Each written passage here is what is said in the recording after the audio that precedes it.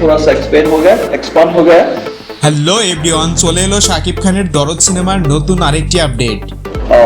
बांग्लादेश के साथ एक এই সিনেমায় ট্রিপল ক্যারেক্টারে পর্দা কাঁপাবেন এই সুপারস্টার।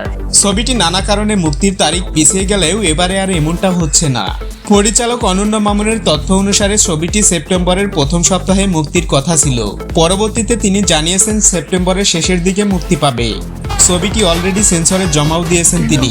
সেন্সর ছাড়পত্র হাতে এলেই আর কিছু প্রয়োজন নেই, সরাসরি সিনেমা হলে প্রদর্শন করা হবে ছবিটি। দরদ সিনেমায় শাকিব খানের অনেকগুলো ইউনিক লুক থাকবে। যতদূর জানা গেছে এই সিনেমায় তাকে 7টি লুকে দেখা যাবে।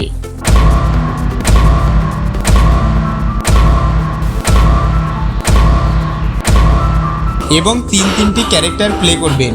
প্রকাশিত টিজারটি ভালোভাবে লক্ষ্য করলে এমনটাই প্রমাণ পাওয়া যায়। টিজারে একজনকে দেখানো হয়েছে অ্যাকশন মুডে, অন্যজনকে দেখা গেছে ভয়ঙ্কর সাইকো মুডে এবং টিজারের শেষে শাকিবকে দেখানো হয়েছে বিনোদন মুডে।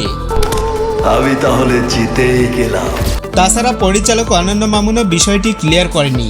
তিনি বলেছেন এখনো অনেক টুইস্ট বাকি। একটা সিনেমার টিজার দেখলে ছবিটি সম্পর্কে অনেক ধারণা পাওয়া যায়। দরদ নিয়ে এই ধারণাগুলো যদি সত্যি হয় তাহলে আরো অনেক বেটার কিছু হতে চলেছে।